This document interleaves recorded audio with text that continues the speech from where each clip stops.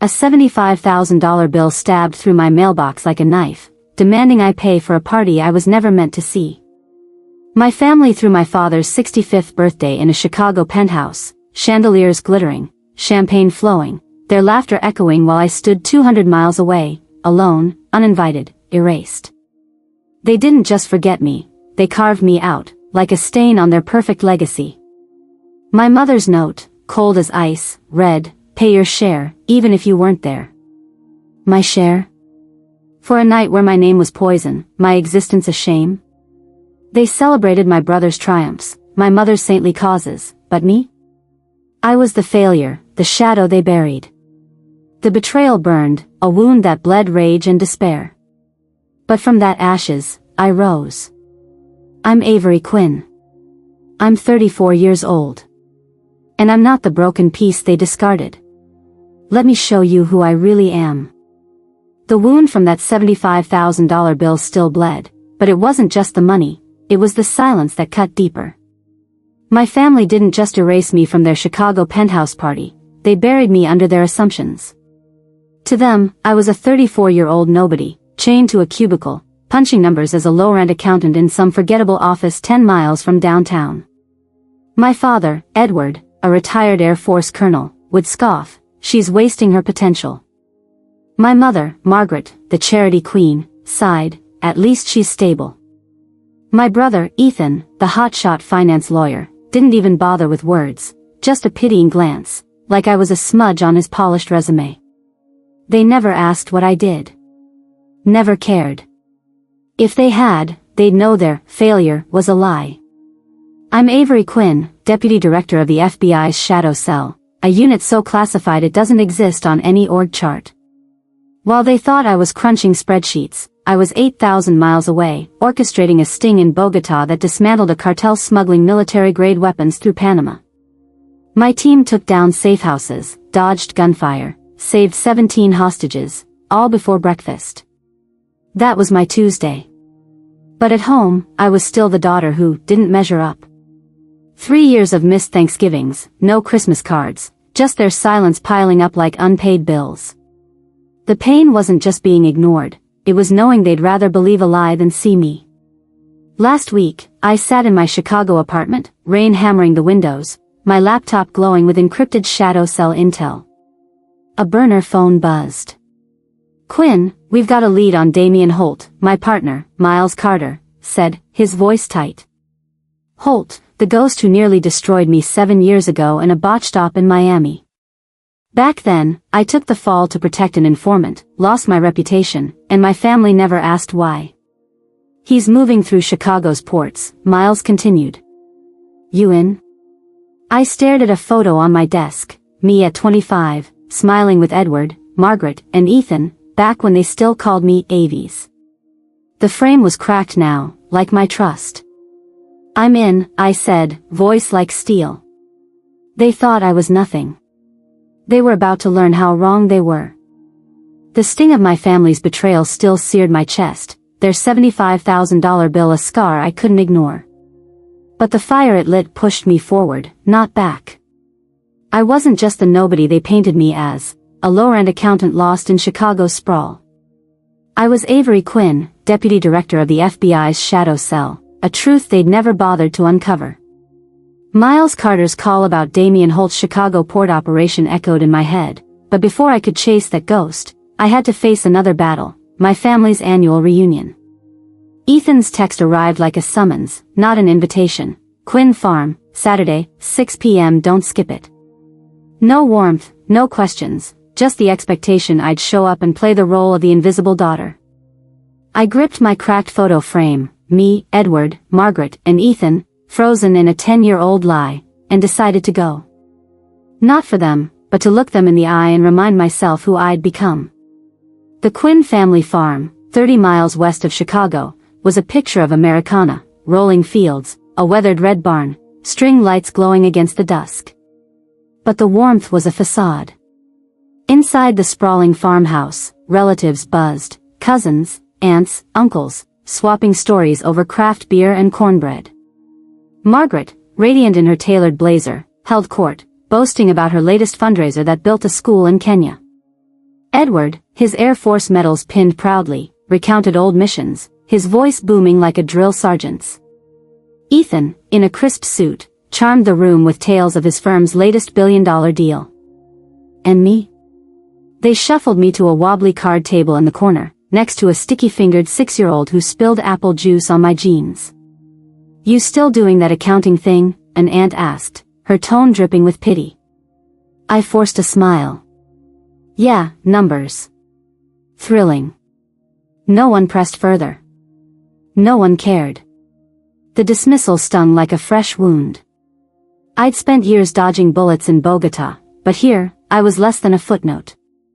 Margaret's eyes slid past me, landing on Ethan with a glow of pride. Edward didn't even glance my way, too busy debating football with a cousin. Ethan, leaning against the fireplace, caught my eye for a split second, then turned away, like I was a stranger. The air felt thick, heavy with their judgment, each laugh a reminder I didn't belong. I clutched my glass of lukewarm soda, my knuckles white, wondering if I should just leave. Then the front door swung open. "Deputy Director Quinn."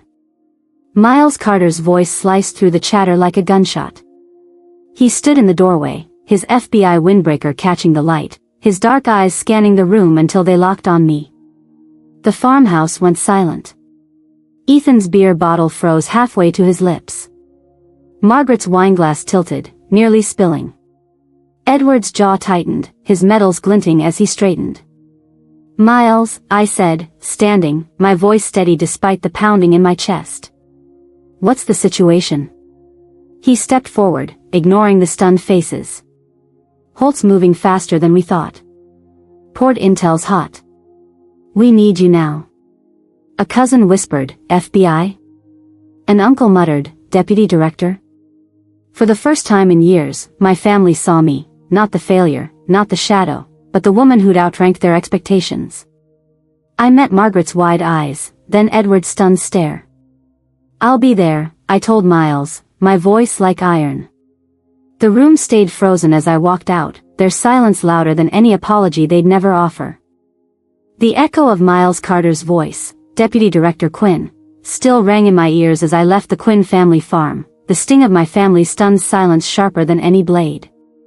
They'd seen me for the first time, not as the accountant they'd mocked, but as a force they couldn't ignore. Yet the victory was hollow. Edward's medals, Margaret's forced smile, Ethan's frozen stare, they didn't apologize, didn't ask questions. They just stared, like I'd rewritten their history in a language they couldn't read. I was Avery Quinn, 34, Deputy Director of the FBI's Shadow Cell, but to them, I was still the daughter who didn't fit. Back in my Chicago apartment, 12 miles from the glittering loop, I stared at the cracked photo of us from a decade ago, my resolve hardening. Miles's warning about Damian Holt, the ghost who'd nearly ruined me in Miami, burned like a fuse. This wasn't just about family anymore. Something darker was coming. 2 days later, I slipped into Ethan's law firm, Crane and Walsh, a sleek glass tower 5 miles from Lake Michigan. Posing as a client, I wore a tailored blazer and carried a fake portfolio, my FBI badge tucked safely out of sight. Ethan's office screamed Wall Street, mahogany desk, skyline view, framed articles about his firm's billion-dollar mergers. But I wasn't here to admire the decor. Miles had traced a digital footprint, encrypted port logs from Chicago's Lake Michigan docks, linked to Victor Crane, Ethan's senior partner. Crane, a silver-haired shark with a politician's smile, had a reputation for bending laws like paperclips. My gut told me he was tied to Holt, and Ethan was caught in the web. I hacked Ethan's computer while he was at lunch, my fingers flying over the keys.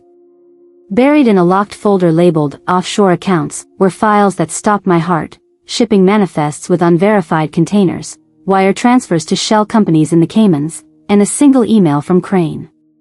"Keep Quinn in the dark," it read. "Holt says she's a liability." My blood ran cold. Holt wasn't just a name from my past, he was circling me, and Ethan was complicit. Worse, I found a forged FBI memo, timestamped last week, accusing me of leaking classified port data. The headers were flawless, the phrasing stolen from real cases, a masterpiece of lies designed to bury me as a traitor. That night, I confronted Ethan at a dimly lit coffee shop 3 miles from his firm, the air thick with espresso and rain. He slid into the booth, his suit rumpled, eyes darting like a trapped animal. "What's this about, Avery?" he snapped, voice low. I slid the printed email across the table. "You're working with Crane, who's working with Damian Holt. You signed off on dirty shipments. And now they're framing me as a mole." His face paled, hands trembling. "I didn't know it was Holt," he stammered. "Crane said it was just logistics, low-risk deals. Then he threatened to tank my career if I asked questions." I leaned in, my voice a razor. "You didn't ask because you didn't care. You let them use you, Ethan. And now they're coming for me." I brought the forged memo to my parents' brownstone the next day, 8 miles from downtown. Margaret opened the door, her charity gala smile fading when she saw my face. Edward sat in his study, polishing his Air Force medals, his eyes narrowing as I dropped the memo on his desk. "This is a lie," I said, voice shaking with fury. "Crane forged it to destroy me. Ethan's in too deep with his firm, and you're all blind to it." Margaret's hands fluttered to her throat. "Avery, you're overreacting. Ethan's successful, not a criminal." Edward scoffed. "You've always been dramatic. If the FBI's investigating you, maybe there's a reason." Their doubt was a punch to the gut, worse than any bullet I'd dodged in Bogota. My own family, choosing Ethan's polished lies over my truth. "You believe this?" I whispered, tears burning my eyes. Margaret looked away. Edward didn't answer. The silence was a betrayal deeper than any forged document. I walked out, my heart a shattered mosaic, but my resolve unbreakable. Holt, Crane, Ethan, they'd underestimated me. That was their first mistake. The betrayal of my family's doubt, Margaret's averted eyes, Edward's scoff, Ethan's trembling lies, clawed at my heart like shards of glass. Their refusal to see me, Avery Quinn, as anything but a failure had forged a resolve harder than steel. I was no accountant, no shadow to be buried under their scorn. I was the 34-year-old deputy director of the FBI's shadow cell, and the forged memo accusing me of treason, linked to Victor Crane and Damian Holt, was a declaration of war. Ethan's complicity with Crane's dirty deals burned in my mind, but Holt was the real predator, a ghost from my Miami past now hunting me through Chicago's underbelly. Miles Carter's intel pointed to Holt's operation escalating at the city's ports, and I needed to get to D.C. to brief the FBI's top brass. But first, I had to survive the gauntlet of O'Hare International Airport, 17 miles from Chicago's Loop, where danger was already closing in. I moved through O'Hare's chaotic terminal, my backpack slung low, dressed in a plain gray hoodie to blend with the crowd. The air buzzed with announcements, the clatter of luggage, and the hum of 1,000 hurried lives. My burner phone vibrated. "Miles, texting, Holt's got eyes on you. Watch your 6." My pulse quickened, but I kept my face neutral, eyes scanning for threats. At the TSA checkpoint, a scanner beeped too long. The agent, a wiry man with a tight jaw, stared at my ID, his fingers hovering over his radio. Then a figure stepped from the crowd, no badge, no uniform, just a tailored black suit and a predator's smirk. He was tall, with a scar slicing his left eyebrow, and his voice slithered like oil. "Miss Quinn," he said, leaning close. "Holt says walk away. Or you, your team, your whole damn family burn." My heart pounded, but fear was a luxury I couldn't afford. I held his gaze, my hand inching toward the leather wallet in my coat. "You're on the wrong side of this," I said, voice low, steady. He chuckled, a sound like gravel. "Holt owns this city. You're just a loose end." That was his mistake, underestimating me. I flipped open my wallet, the FBI's gold badge catching the fluorescent light like a flare. "Deputy Director Avery Quinn, FBI, I declared, my voice cutting through the terminal's din, "and you just threatened a federal officer." The airport froze. TSA agents dropped their scanners. Passengers gaped, phones raised. The agent's radio crackled to life, and the scar-faced man's smirk vanished. You're done, I said, pressing a panic button sewn into my sleeve, linked to Shadow Cell's rapid response team. The terminal erupted. Sirens wailed as O'Hare's security swarmed, their boots pounding the tile. The man lunged, reaching for a concealed blade, but I sidestepped, slamming his arm against a metal detector. He hit the ground, cursing, as two TSA officers tackled him, cuffs snapping tight. Radios screamed with chatter, suspect detained, gate C-17. Miles's voice broke through my earpiece, Avery, 2 more at baggage claim, rerouting cargo. Holt's orders. I sprinted toward the escalator, my badge still out, barking, FBI, clear the way. Travelers parted like a tide, their gasps trailing me. At baggage claim, I spotted the accomplices, black duffels, shifty eyes, before they bolted. Shadow Cell backup stormed in, flashbangs popping, and the suspects hit the floor, screaming about Holt's new order. I stood in the chaos, breath ragged, the badge heavy in my hand. O'Hare's lights flickered, the crowd whispering my name like a legend. Holt had sent his dogs to silence me, but I'd turned his trap into a cage. My family's doubt, Ethan's betrayal, Crane's lies, they thought they could break me. But I was no loose end. I was the reckoning, and this was just the beginning. The chaos of O'Hare's terminal, screaming sirens, the glint of my FBI badge, the scar-faced thug cuffed and cursing, still pulsed in my veins, a reminder I'd turned Damian Holt's trap into his defeat. But the victory was a hollow roar against the deeper wound, my family's betrayal. Edward's scoff, Margaret's doubt, Ethan's complicity with Victor Crane, they'd chosen lies over me, their silence a heavier blow than any forged memo accusing me of treason. I was Avery Quinn, 34, Deputy Director of the FBI's Shadow Cell, but to them, I remained the failure they'd erased. Holt's shadow loomed larger now, his port operation threatening to choke Chicago's lifelines, and I knew I'd face him again. But before I could hunt that ghost, a different specter called me back to my parents' brownstone, 8 miles from Chicago's Loop, where a truth more brutal than any bullet waited to unravel me. It was late, the city's skyline a jagged glow against the night, when Margaret's text arrived, "Come over. We need to talk." No warmth, just a command, like the $75,000 bill she'd sent for a party I was never invited to. I drove through Chicago's rain-slicked streets, my hands tight on the wheel, the weight of Ethan's lies and my family's disbelief pressing against my chest. The brownstone's oak door creaked as Margaret let me in, her charity gala poise replaced by a nervous twitch. Edward sat in his leather armchair, his Air Force medals catching the lamplight, his face unreadable. Ethan wasn't there, likely hiding behind his tailored suits and Crane's threats. The air felt like a held breath, thick with something unspoken. "Avery," Margaret began, her voice trembling, "there's something you need to know." She handed me a yellowed envelope, its edges frayed, sealed with a wax stamp long since cracked. My name was scrawled across it in her elegant script, dated 1991, when I was barely a year old. My fingers shook as I tore it open, pulling out a single sheet of paper, the ink faded but the words sharp as knives. "Avery is a mistake," it read. "She'll never be enough." I wanted to give her up, but Edward wouldn't let me. Each sentence was a stab, Margaret's handwriting trembling as if she'd wept while writing. "I was young," she whispered, standing across the room, her eyes avoiding mine. "I thought you'd hold us back, that you'd never measure up to what we dreamed for Ethan."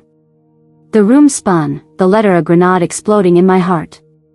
"You wanted to abandon me?"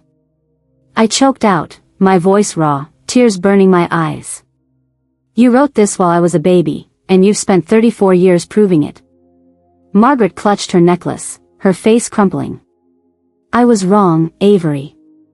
I see that now." But her words were ash, too late to mend the decades of dismissal, Thanksgiving dinners I wasn't invited to, the pitying glances at family reunions, the way she'd glowed for Ethan but left me in the dark. Edward shifted, his voice gruff. "We kept you, didn't we? Be grateful." Grateful? For a lifetime of being their regret? The pain was a tidal wave, drowning every hope I'd clung to that they might one day see me. "You called me a mistake," I said, my voice rising, sharp as broken glass. You let Ethan shine while I was your shame. And now, when I'm fighting a war you can't even fathom, you still choose him and his lies with Crane. I held up the letter, my hand trembling. This is who you are, not me. Margaret sobbed, reaching out, but I stepped back. Don't, I snapped. You don't get to fix this now. I turned to Edward, his medals mocking me. You raised a daughter who outranks your legacy.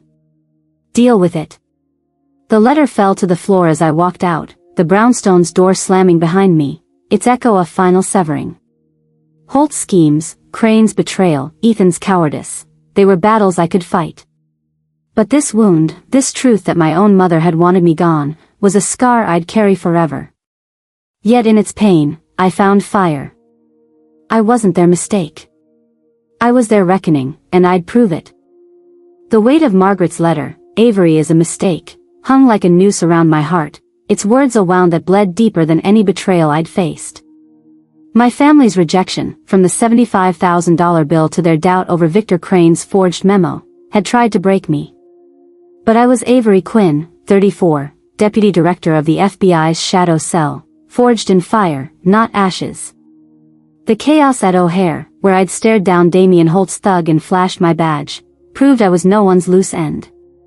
Holt's shadow stretched over Chicago's ports, his operation smuggling bioweapons through Lake Michigan's docks, and I'd vowed to end it.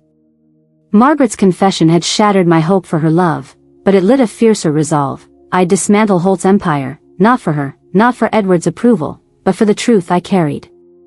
Tonight, 15 miles from Chicago's Loop, the port would be my battlefield.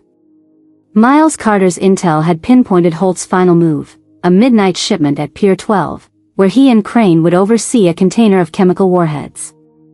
Ethan, my brother, had been Crane's pawn, signing off on dirty deals under threat. But he'd reached out yesterday, his voice shaky over a burner phone. Avery, I took something from Crane's office, a USB. It's got everything, manifests, transfers, Holt's network. I want out. I met him at a dive bar 4 miles from the port, his suit swapped for a hoodie, eyes hollow with guilt. He slid the black USB across the sticky table. I didn't know it was this big, he whispered. Crane said it was just business. I pocketed the drive, my voice cold. You chose fear over family, Ethan. Help me end this, or you're as guilty as they are. He nodded, jaw tight. I'm with you. At 11:30 p.m., I led the Shadow Cell team, Miles, Sophie Lynn, our tech genius, and a SWAT unit, in a silent approach to Pier 12. The port reeked of diesel and rust, cranes looming like skeletal giants under a moonless sky. Sophie's drone hummed overhead, feeding us grainy thermal feeds. Holt, white-haired and sharp as a blade, stood beside Crane, their guards patrolling the docks. 3 hostiles, armed, Sophie reported through my earpiece, her fingers dancing over her laptop in our unmarked van. Containers loaded, ready to ship. I adjusted my tactical vest, my FBI badge clipped inside, and whispered, "We move now." We crept through the maze of containers, the lake's waves masking our steps. Holt's voice carried on the wind, icy and precise. Quinn's close. Burn the evidence. Ship out. Crane, sweat beading on his brow, stammered, "Are we clean?" Holt's laugh was a razor.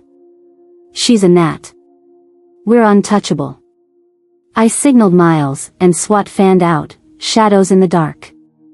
My heart pounded, Margaret's letter a distant echo, fueling my rage.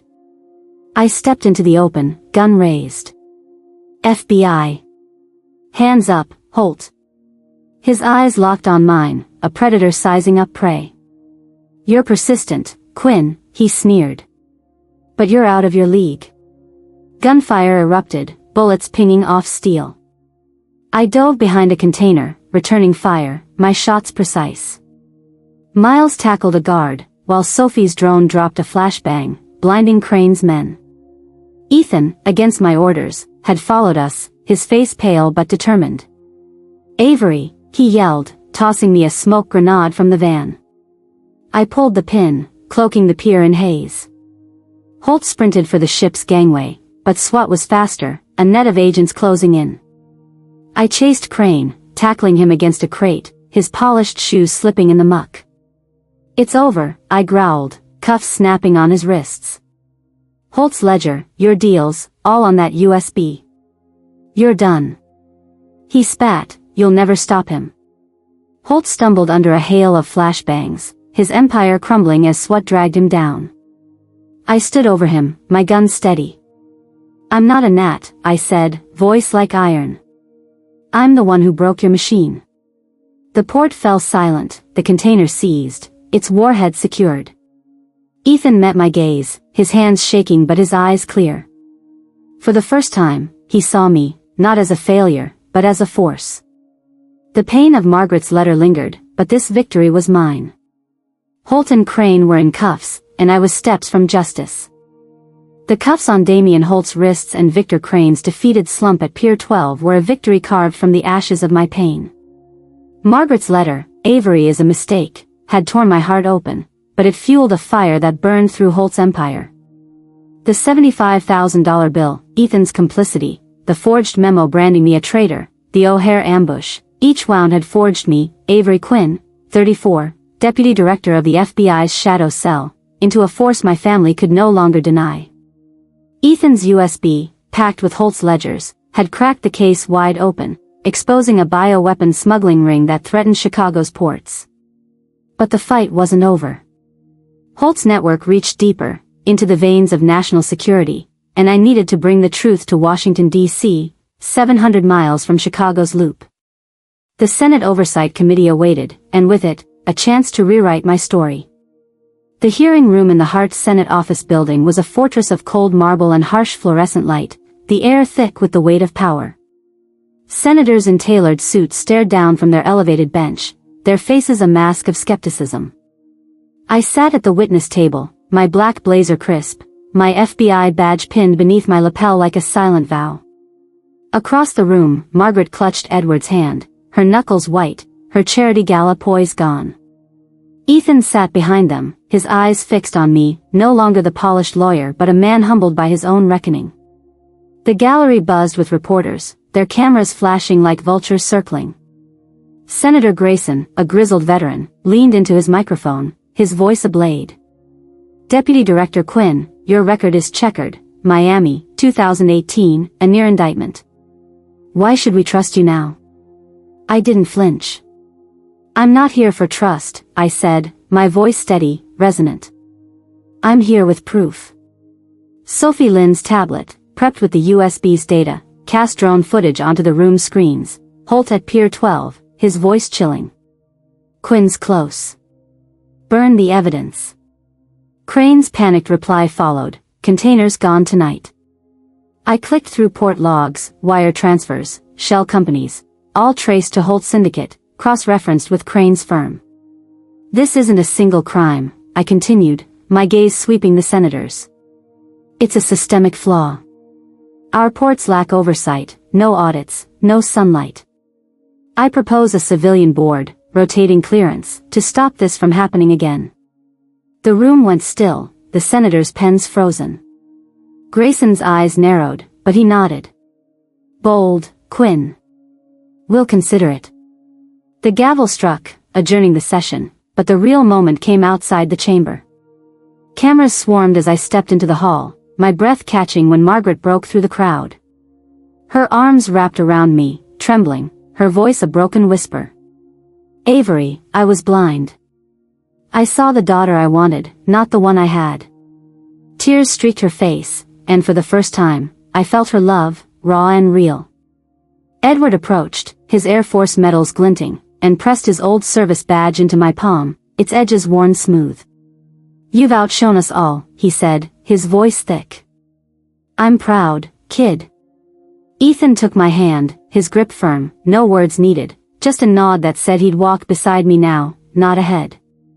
The cameras captured it all, but I didn't care about the headlines. This wasn't just my victory. It was a bridge rebuilt, a family no longer fractured by lies. I'd faced Holt, Crane, and my own pain, and I'd won, not just justice, but a truth that set us free. The Senate chamber's marble walls and my family's tearful embrace, Margaret's arms, Edward's Air Force badge, Ethan's silent nod, had closed a chapter written in pain. The $75,000 bill, the forged memo, the O'Hare ambush, Margaret's crushing letter calling me a mistake, each had tried to bury me. But I, Avery Quinn, 34, once the failure my family erased, had risen. I'd shattered Damian Holt's bioweapon empire at Chicago's ports, exposed Victor Crane's lies, and stood before senators to demand reform. The truth hadn't just freed me, it rebuilt the bridge to my family, 700 miles from Chicago's loop to DC's halls. Now, in the spring of 2025, I stood on a different ground, 50 miles west of the city, in a small farmhouse nestled among Illinois' golden wheat fields. Here, the scars of my past didn't define me, they fueled a new purpose. The farmhouse's porch creaked under my boots, the horizon ablaze with a sunset that painted the fields like a promise. I'd left the shadow cell behind, trading tactical vests for a quieter mission. Twice a week, I ran workshops for at-risk teens, kids from Chicago's toughest corners, veterans haunted by war, survivors of broken homes. I taught them survival skills, how to start a fire, read a map, stand tall when the world tried to crush them. One girl, barely 16, her eyes shadowed like mine once were, gripped my hand after a session. "Miss Quinn," she said, voice cracking, "you make me believe I'm not nothing." I smiled, my heart swelling. "You're everything, kid. Don't let anyone tell you different." I sat on the porch that evening, a laptop open, an email from Ethan glowing on the screen. "Avery," it read, "I'm at a legal clinic now, helping trafficking victims from the ports. You showed me how to make it right." A photo showed him with a young boy, both smiling, free from Holt's shadow. I saved it next to my FBI badge and Edward's worn insignia, tokens of a fight I'd won. The pain of being called a mistake, of being erased by my own blood, hadn't vanished, it never would. But it had forged a truth: kiên try isn't about grand victories. It's about waking up each day, choosing to stand, even when the world screams you're not enough. I'm Avery Quinn, and I've learned that the heaviest battles are fought in silence, against the voices, family, enemies, or your own, that try to dim your light. If my story resonates, I want to hear from you. Comment "I'm here" below, or share a moment when you stood up despite the odds. Your story matters, just like mine. And if this moves you, hit that subscribe button, it helps voices like ours break through. Kiên try is a fire no one can extinguish. It's the courage to keep going, to carve your place in a world that tries to erase you. So, stand. Speak. And never let anyone make you feel small. The sunset faded, and I knew, I wasn't just surviving anymore. I was living, and I was enough.